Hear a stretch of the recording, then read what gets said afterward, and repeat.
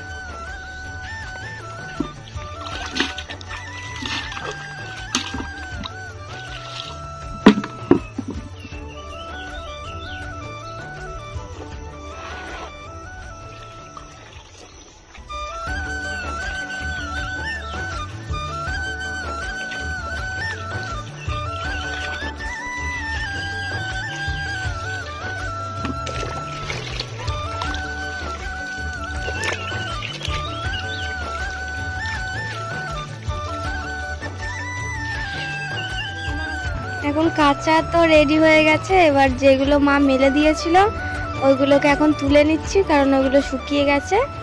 তারপর যেগুলোকে আমি কেচেছি ওইগুলোকে মেলবো। এবারে মা অনেক কিছুই কালকে কেটেছিল, ওইগুলোকে তুলতে হবে এখন। সবগুলো শুকায়নি, যেগুলো শুকিয়েছে ওইগুলোই তুলবো।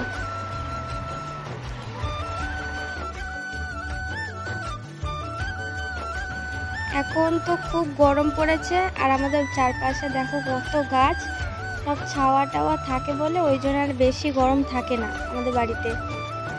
এই দেখো চারিদিকে বাগান, আর আমি এখন এই জামা কাপড়গুলো মেলবো যেগুলোকে আমি কেচেছিলাম। কত জামা কাপড় দেখো, এখন সব মেলছি।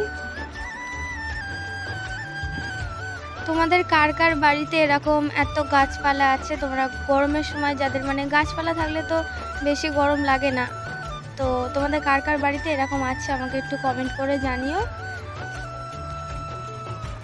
ভিডিওতে শুধু বাঁশ বাগানটাই দেখা যাচ্ছে, কিন্তু আমাদের ঘরের পাশে অনেক ফুল গাছও আছে, অনেক রকম জবা ফুলের গাছ, অনেক রকম সবজিরও গাছ আছে। আমাদের বাড়ির চারপাশটা একদিন তোমাদের সবাইকে ঘুরে দেখাবো অন্য একটা ভিডিওতে। এই দেখো কত গাছ এখানে, আর আমি এগুলো সব মেলা হয়ে গেলে তোমাদেরকে আরেকটা জিনিসও দেখাচ্ছি, দাঁড়াও। এই দেখো এটা কে বলো তো? এটা আমাদের সুন্দরী। আমাদের বাড়িতে একটা পুকু আছে, তোমরা দেখেছো কিনা আমি জানি না, স্পিচ একটা। আর একটা বিড়াল আছে, ওটা একটা ওর অনেক বড় হয়ে গেছে, অনেক ছোটবেলা থেকেই আমাদের কাছে ছিল। আর এখানে আমি কি বলছিলাম জানো? এখানে বলছিলাম আমার মা একদিনকে কেচেছিল, তো কেচে মেলেছে, সেদিনকেও মা শরীরটা ভালো ছিল না, আর সব কিছু ছিঁড়ে পড়ে গিয়েছিল। আর এই দেখো এখানে আমি পুজো দিচ্ছিলাম।